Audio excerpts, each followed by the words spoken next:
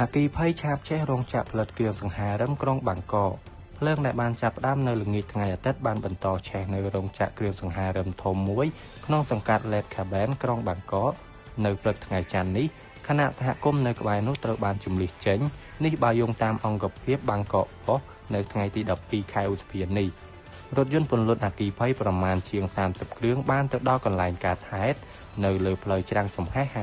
55យ៉ាងណាមិញក្រុមអ្នកពន្លត់អគ្គីភ័យនៅតែមិនអាចគ្រប់គ្រងភ្លើងដែលកំពុងឆាបឆេះនៅក្នុងរោងចក្រនេះបាន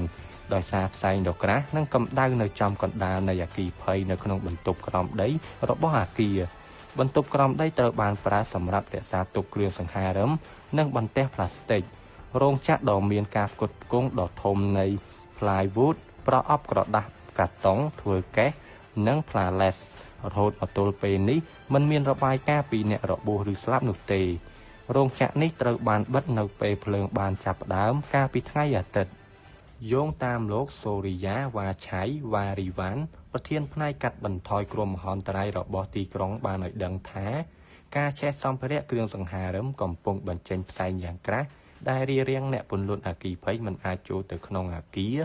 លោកបានបន្តថាជញ្ជាំងរោងចក្របានបង្ហាញការប្រេះបែកហើយចលនាសម្ព័ន្ធទ្រទ្រង់ដែកអាចដួលរលំ។